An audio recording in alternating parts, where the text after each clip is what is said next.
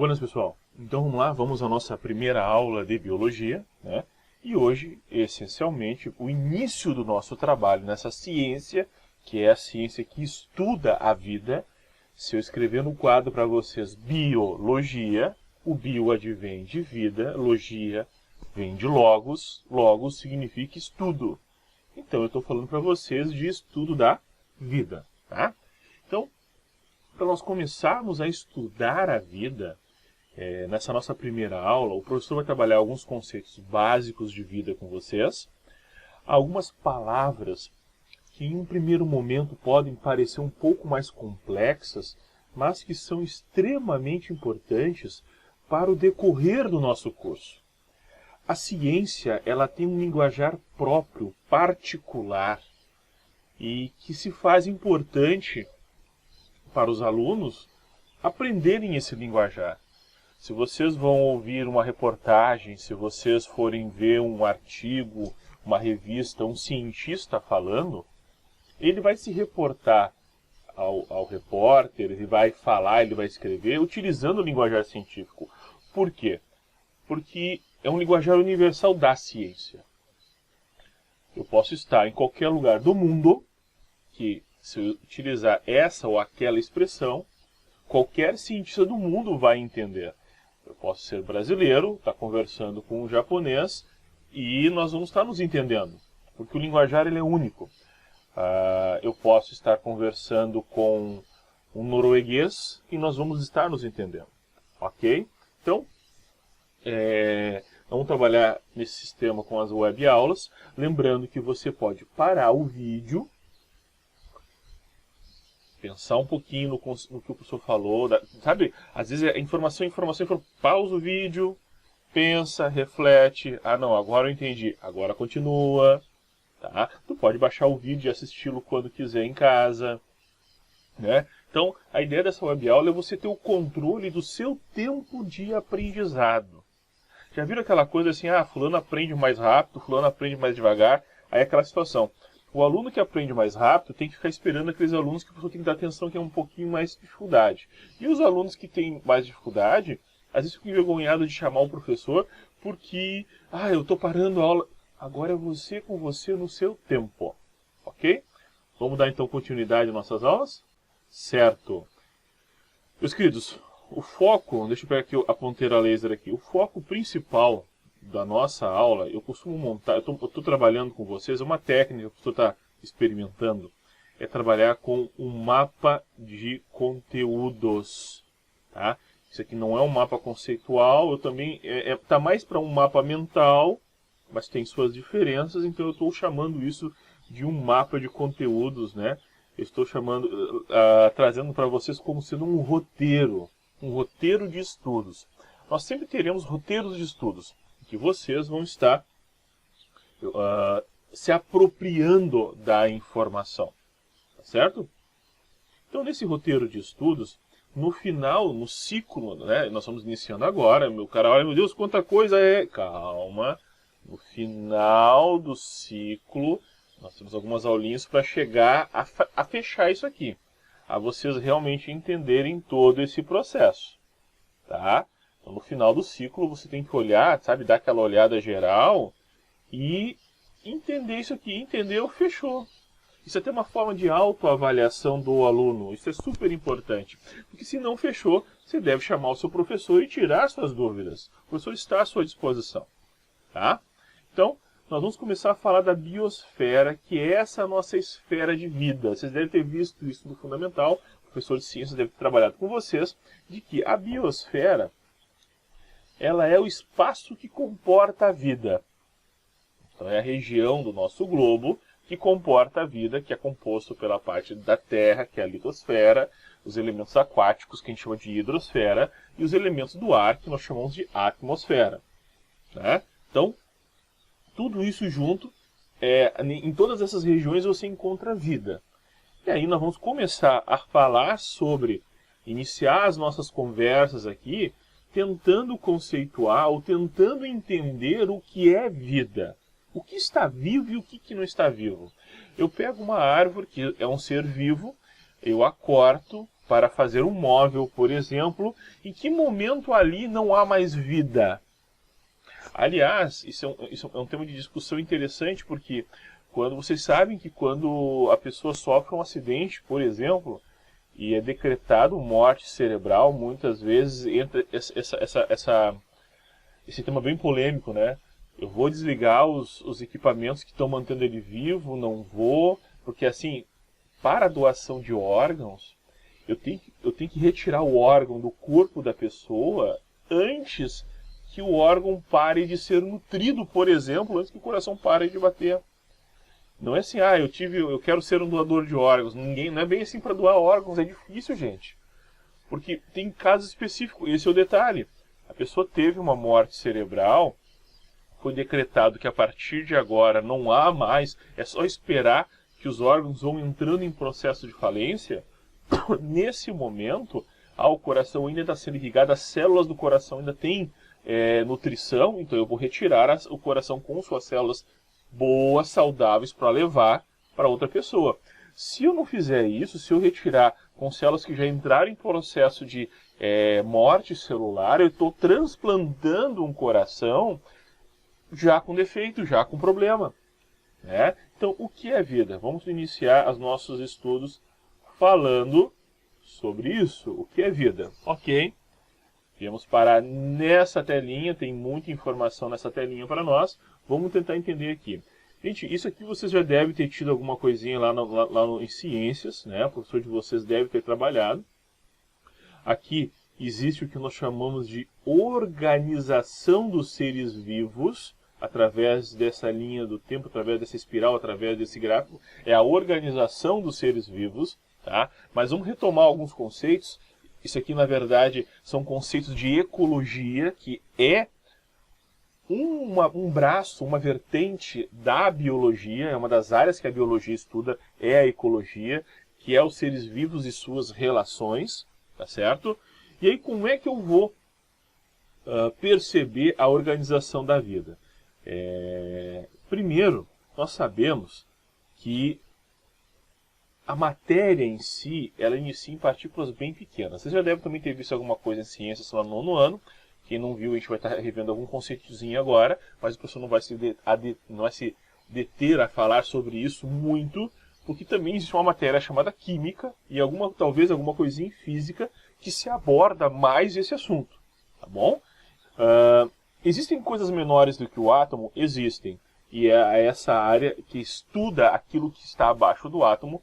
Nós chamamos isso de física quântica, ou elemento quântico, estudo quântico. O que é esse quântico? Agora virou moda nessa questão de vingadores e tudo mais. O quântico está falando de estruturas abaixo do átomo. Coisas menores, pequenas, realmente pequenas. Onde as leis da física sofrem certas alterações, não funciona muito bem assim. Mas nós vamos trabalhar com a questão da física e da matéria clássica, tá? Vamos partir do princípio que se eu pegar um pedacinho de papel, for quebrando, em pedaços cada vez menores, eu vou chegar numa estrutura que dali em diante eu não diminuo, que é o átomo. Tá, ok? Esse átomo, vocês sabem que existe uma tabela periódica que tem catalogado todos os átomos, né? Todo o material, mas esse átomo, ele se une a outros átomos, e vocês vão ver isso em química muito mais claramente, para poder se estabilizar. Que o átomo, energeticamente falando, ele está num processo em que ele precisa equilibrar a sua energia. E para equilibrar a sua energia, ele se junta com outros átomos. É uma lei da física. E aí, ao fazer isso, os átomos ficam estáveis e está tudo tranquilo, tudo bem. Quando ele faz isso, ele forma, olha aqui a ponteira do professor, ele forma o que nós chamamos de molécula. Então, o que é uma molécula, professor? É um conjunto de átomos que se unem. Eu tenho moléculas que vão estruturar os elementos inorgânicos, que neste momento da nossa aula não são tão cruciais para nós, né? Mas, deixa eu dar um exemplo, o gás oxigênio. O gás oxigênio é uma molécula. É diferente do átomo oxigênio. Que quando eu pego 2 átomos de oxigênio, o famoso O2, eu tenho o gás oxigênio. Mas olha que interessante, se eu pego 3 átomos de oxigênio, né? 3 átomos de oxigênio e junto eles, eu não formo mais o gás oxigênio, eu formo o gás ozônio. Então o gás ozônio é uma molécula diferente do gás oxigênio, porém formada pelo mesmo átomo. Qual é a diferença, professor? O número de átomos.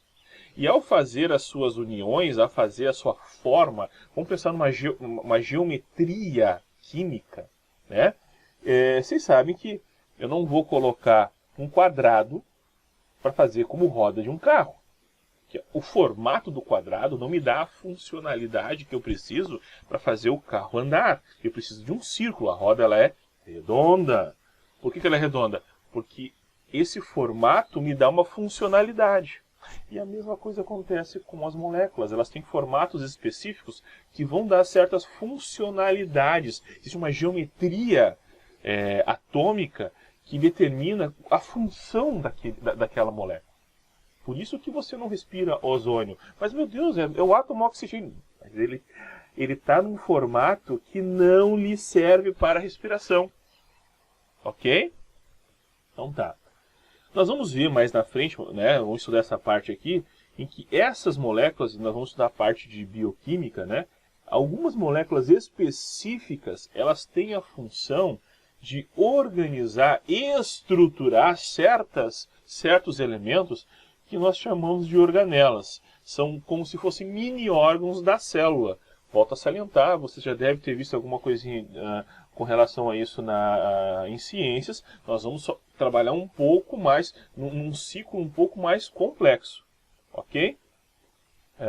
Deixa eu só, professor, ver uma coisinha aqui. A bateria do professor está acabando. Está acabando. Então deixa eu fazer uma coisinha aqui. Deixa eu ligar aqui. A gente está em casa, a gente pode usar o auxílio como auxiliar. Matheus, filho. Liga pro pai a tomada, fazendo um favor. Obrigado. Pronto. Já vai resolver o nosso problema. Ó, deu uma clareadinha na tela, tá? Então,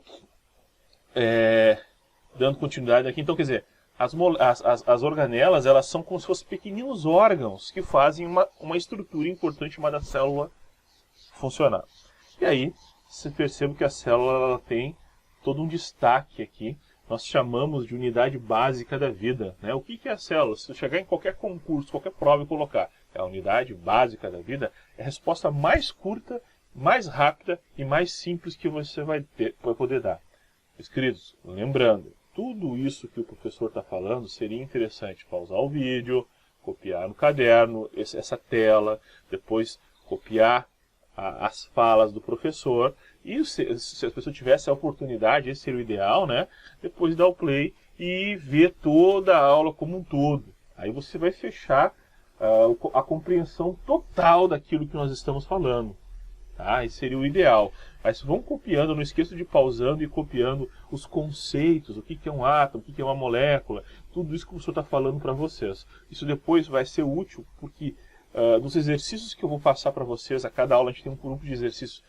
Você tendo material de consulta legal na sua mão, fica fácil de fazer o exercício. Tá bom? Pode confiar, fica fácil. Tá? Então vamos lá. Então, essa célula é a unidade básica da vida. Tá? Essa célula, nós temos dois tipos de célula. E aqui começam aqueles palavrão da biologia, né? A célula procarionte e a célula eucarionte. Tá? O que é procarionte? Pro vem de pró, antes. Carionte de carioteca. Então, antes da carioteca. O que é carioteca, professor? Deixa eu fazer uma coisinha aqui. Ampliei aqui. Estão vendo que eu tenho dois modelos de célula aqui. Essa é uma célula animal e essa é uma célula vegetal. Percebam que aqui, ó, eu tenho uma estrutura, uma membrana. Aqui eu também tenho uma estrutura, uma membrana. Você vê um marronzinho mais escuro, né? Essa membrana, na verdade, tem duas membranas. Eu teria que aumentar muito o microscópio para poder ver isso, né? Mas eu tenho uma membrana que separa o material genético de todo o restante da minha célula. Todo o restante. O material genético é tão importante que precisou separar o material genético de todo o restante da célula para que a vida pudesse sair de uma estrutura simplória e pudesse se organizar em formatos cada vez mais complexos. Tá? Então, no início da vida, há milhões de anos atrás, o material genético, então esse miojinho roxo aqui, ó, ele estava alocado numa região ali do citoplasma, que é a parte interior da célula, ele estava ali, mas não estava protegido. Então esse modelo eu chamo de procarionte. Em que organismos eu vou encontrar esse modelo procarionte? Eu vou encontrar esse modelo procarionte aonde?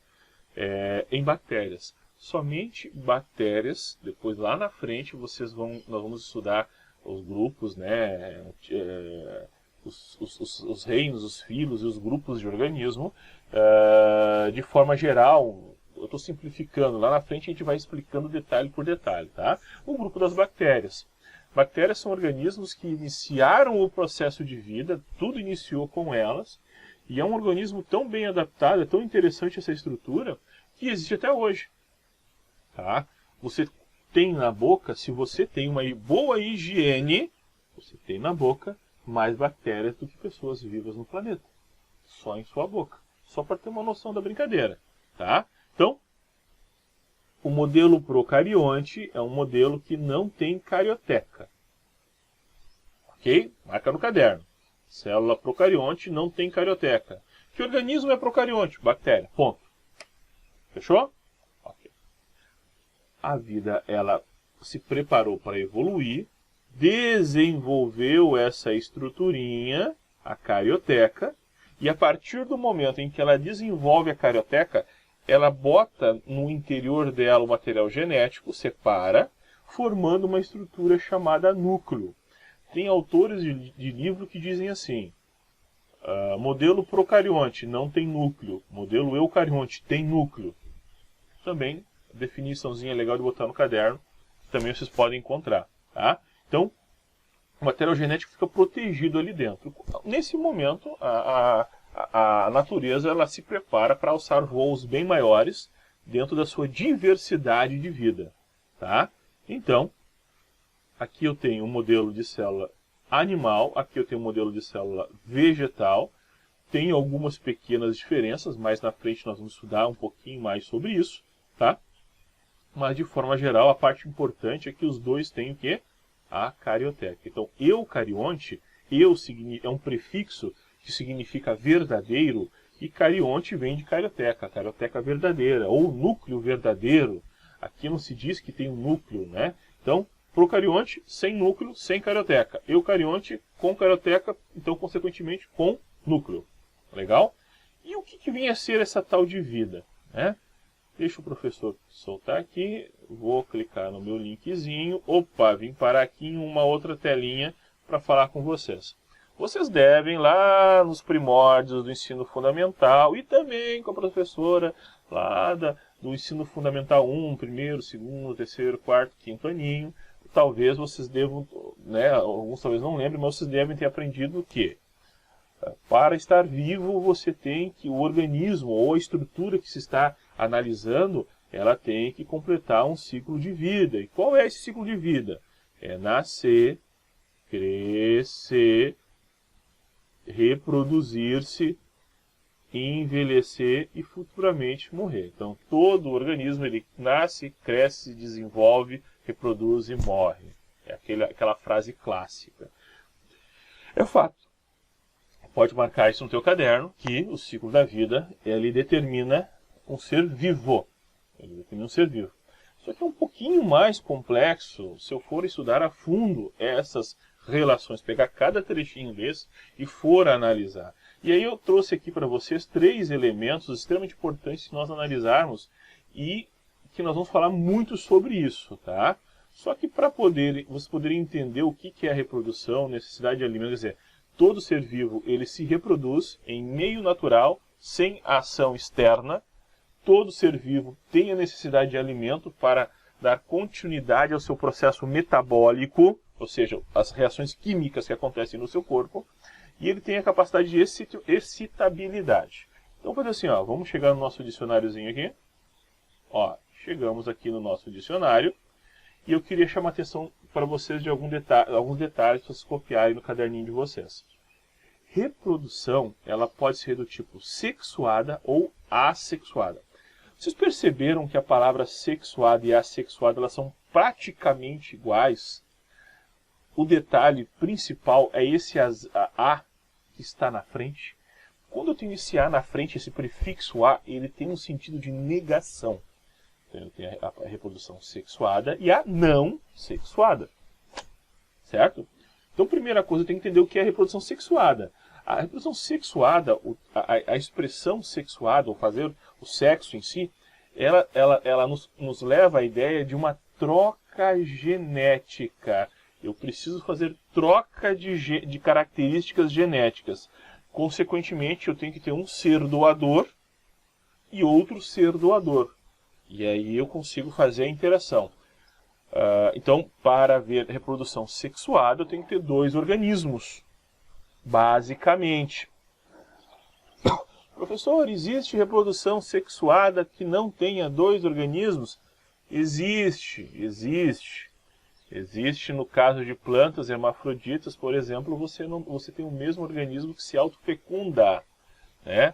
Mas, evolutivamente falando, a reprodução sexuada foi muito importante nos organismos mais complexos, porque ao ter dois seres diferentes, eu colaboro com características genéticas, fazendo que o terceiro ser seja um ser totalmente diferente dos dois primeiros. Quer dizer, é a combinação dos dois, né? É aquela coisa que você junta uma cor com outra cor e tem uma terceira cor, né? Duas cores primárias dá uma cor secundária. Então, isso é a parte importante, tá? Então, a grande vantagem da reprodução sexuada é a variabilidade genética que ela gera. E talvez a dificuldade, normalmente, é a necessidade de dois organismos e ela ser um pouco mais lenta devido a precisar disso. E ocorre através de um processo chamado meiose, que vai formar células especiais para a reprodução que nós chamamos de gametas, ok? Pausa o vídeo, marca tudo isso que eu falo no caderninho de vocês, tá? E a reprodução assexuada, ó. Se a sexuada é com troca genética, né? A assexuada não tem troca genética, não tem troca de gametas. Simplesmente um serzinho. Existem estratégias para isso, mas eu vou dar um exemplo para vocês bem simples. Ele é uma célula só, ele divide e forma duas células. Simplesmente divide. Ele sozinho se divide, ele sozinho se reproduz. E aí na reprodução assexuada, a estratégia utilizada, né, recebe o nome de mitose. Tá? Então, nós vamos ter aula só sobre mitose e meiose, ok? Para compreender um pouquinho melhor este processo. Tá? Além disso, eu falei da excitabilidade ali para vocês. Olha só, excitabilidade. Faculdade que tem, né, a faculdade que tem um ser vivo de desenvolver ação ao ter alguma espécie de estímulo. Quer dizer, eu encosto no ser vivo, ele reage àquele encostar. Eu boto uma luz mais forte, ele reage àquela luz. Eu deixo uma temperatura mais fria, ele reage àquela temperatura. Então, estímulos externos fazem que o ser vivo reaja a isso. Além disso, naquele slide passado, nós também falamos sobre a questão do alimento. E eu tenho basicamente duas estratégias alimentares. A estratégia conhecida como autotrofismo, o organismo ele é autotrófico, e o heterotrofismo, então o organismo ele é heterotrófico. Então olha só, trófico vem de hábito alimentar, ok? As duas palavras estão aqui. Só que aqui eu tenho um tal de auto e aqui eu tenho um tal de hetero, tá? Hetero significa diferente. Então heterotrófico, ele busca o alimento em locais diferentes. Ele não consegue produzir o próprio alimento. Ele se alimenta de outros seres. Tá certo? Já o ser autotrófico, autopróprio, ele próprio produz o alimento. Então o ser autotrófico, ele pode produzir o próprio alimento. Aonde eu encontro autotrofismo? Em plantas, vegetais e também bactérias. Embora o processo de produção alimentar de uma bactéria seja diferente de uma planta, ela faz uma fermentação, ela também tem a capacidade de criar o próprio alimento. Tá certo? Mas nós vamos trabalhar principalmente com o processo das plantas em nossas conversas iniciais. Ok? Então o professor vai voltar aqui os slides. Opa! Então, tranquilo esse conceito de vida, né? Eu digo que um organismo ele está vivo porque ele consegue completar esse ciclo, e existem 3 pontos extremamente importantes que ocorrem nesse ciclo: o processo reprodutivo, a questão alimentar e a capacidade de excitabilidade, certo?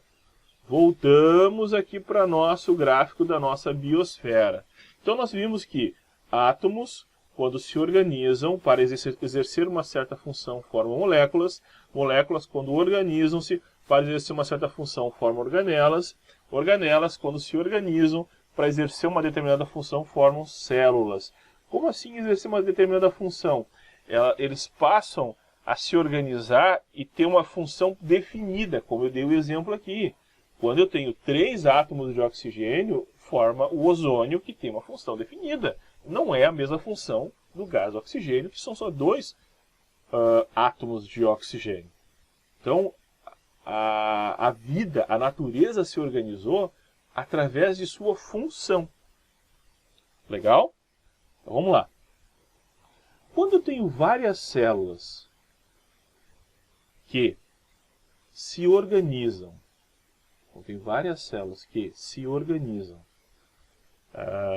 para exercer uma certa função, uma função específica, dentro de um organismo mais complexo, dentro da vida mais complexa, eu começo a formar tecidos. Durante o processo evolutivo, eu tinha organismos extremamente simples, aliás, organismos como as bactérias, que eram apenas uma célula, né? Mas, durante o processo evolutivo, parece que a natureza percebeu que ao se unir e ao especializar-se em fazer uma certa função, quanto mais especialista eu sou, melhor eu executo aquela função. Então essas células, elas começaram a adquirir especificidades. Gente, toda célula é igual? Não. Sou de biologia e de ciências, mostra aquela célula redondinha, esses modelinhos aqui para vocês. A gente chama de célula didática, porque ela é tão perfeitinha que é fácil de dar aula e o aluno entender. Mas elas têm as suas células, suas particularidades, suas formas, formatos, funções diferentes, né? Tipo, estrutura diferente, elemento químico, né? Organelas diferentes, tá certo? Mas quando as células começam a exercer uma certa função específica, eu digo que eu tenho um tecido. O ser humano tem tecido nervoso, tecido muscular, tecido ósseo. São iguais? O tecido nervoso faz a mesma coisa que o tecido ósseo? Se eu pegar um pedaço de osso e pegar um pedaço do cérebro, as duas células, os dois tecidos são iguais? Não. Um é duro, o outro é mole. Então, quer dizer, eles adquirem características diferentes porque têm funções diferentes. Então, no momento em que a célula adquire uma certa função específica, ela forma um tecido. Que momento que ela não adquire forma? Quando quando ocorre a fecundação. O que é fecundação? Na reprodução sexuada, vou dar um exemplo da espécie humana. O gameta masculino, o espermatozoide, fecunda o gameta feminino, que é o óvulo, com metade da característica genética do meu. Metade da característica genética veio de meu pai, metade da característica genética veio de minha mãe, para formar um outro organismo. E forma uma célula só. Você sabe que é engraçado, nessa hora, quando eu dou essa aula, assim, eu sempre paro e venho isso na cabeça. Pô, eu já fui uma célula só. Eu já fui um organismo de uma célula só. Depois essa célula começa a se dividir em várias outras células. Mas células iguais, ainda sem função. Em um determinado momento dessas sucessivas divisões celulares, a célula vai começar a formar um tecido, porque ela vai começar a ganhar uma especificidade, ela vai ganhar uma função. Aí, ela já não é mais uma célula embrionária, ela já forma tecidos. Você já deve ter ouvido falar isso, talvez em uma reportagem ou algo do gênero, tratamento com células embrionárias. A célula embrionária, ela ainda não é diferenciada. Era uma célula geral padrão. Com o passar do tempo, ela vai ganhar uma especificidade. Talvez viram isso em outro nome, como célula-tronco. Célula-tronco ou uma célula embrionária, ela ainda não tem uma especificidade. O homem está tentando, em alguns tratamentos, por exemplo, lesão de tecido nervoso, infelizmente a célula não se recupera. O tecido nervoso, se eu caio, por exemplo, de moto e sofro uma lesão aqui na altura, dependendo da altura da coluna que você sofre a lesão, corta a medula espinal que leva os nervos para inervar, para dar o comando para pernas, braços, tudo mais, dependendo da região que corta, você dali para baixo perde os movimentos. Ah, e não recupera? Infelizmente não. Existem tratamentos com células-tronco em que eu tento estimular essa célula que ainda não tem uma função em se tornar tecido nervoso e refazer essa ligação de informações entre o cérebro e todos os músculos que eu perdi o movimento. Essa é uma das tecnologias que a ciência, que a medicina está tentando trabalhar. Tá? Vamos lá. O conjunto de tecidos, quando eles também ganham uma certa especificidade, eles começam a se organizar e formar um órgão. O osso é um órgão, tá, gente? O coração é órgão, o estômago é órgão, o intestino é órgão. Tá? Então eu formo um órgão. Esses órgãos, quando tem uma função específica, eles começam a formar um sistema, como aqui está mostrando o sistema esquelético. Qual é a função do sistema esquelético, professor? Dá forma ao corpo. Tira o osso da pessoa. Vai virar uma meleca, uma gelatina. Então dá forma, sustentar, participa do processo de movimento desse corpo. Além disso, tem função hematopoética, que é no osso, dentro de osso longo, que está a medula vermelha, que vai produzir a célula sanguínea. Tem a função de armazenamento de sais minerais. Tá? Então, começa a ter uma certa função específica, forma um sistema. Agora, o corpo ele não é formado por um sistema só, não tem só um esqueletinho andando por aí. Ele tem sistema esquelético, circulatório, excretor, nervoso, muscular, certo? Então, o conjunto de vários sistemas que tem a função de manter uma entidade vida, nós chamamos isso de organismo. Vocês vão falar muito na palavra organismo. Quando eu estou falando de organismo, eu estou falando de ser vivo em si. Né? Embora, volto a chamar a atenção, aqui inicia a vida.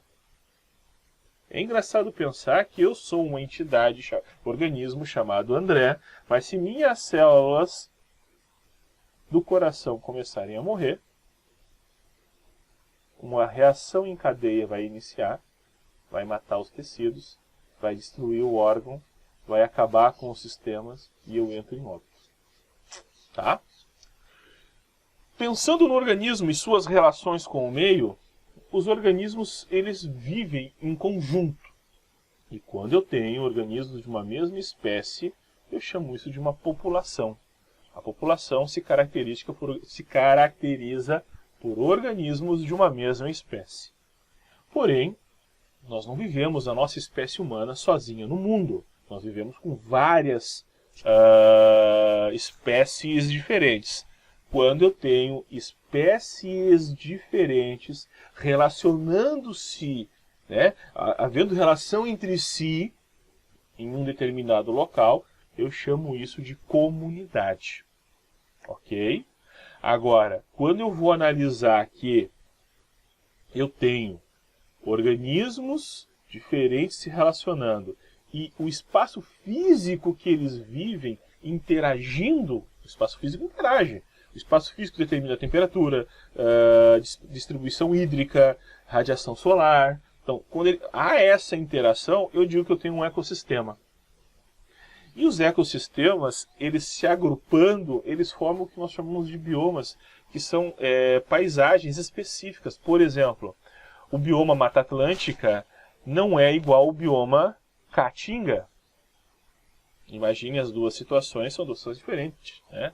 O bioma Pantanal não é igual ao bioma Floresta Amazônica.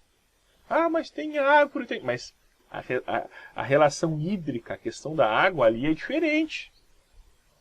Tá certo? Além dos biomas mundiais que nós podemos ter. Certo? Olha que essa aula aqui foi longa, né? Então, nesse primeiro momento, falando nessa nossa amiga biosfera, nós tentamos entender como a vida se organiza. Essa foi a nossa aula. Meus queridos, voltem à aula, tentem ver se vocês conseguiram entender como a vida se organiza, entenderam legal, nós damos continuidade no nosso estudo desse plano, desse mapa de estudos. Ok, gente? No mais, um abraço, tudo de bom, fique com Deus. Tchau, tchau.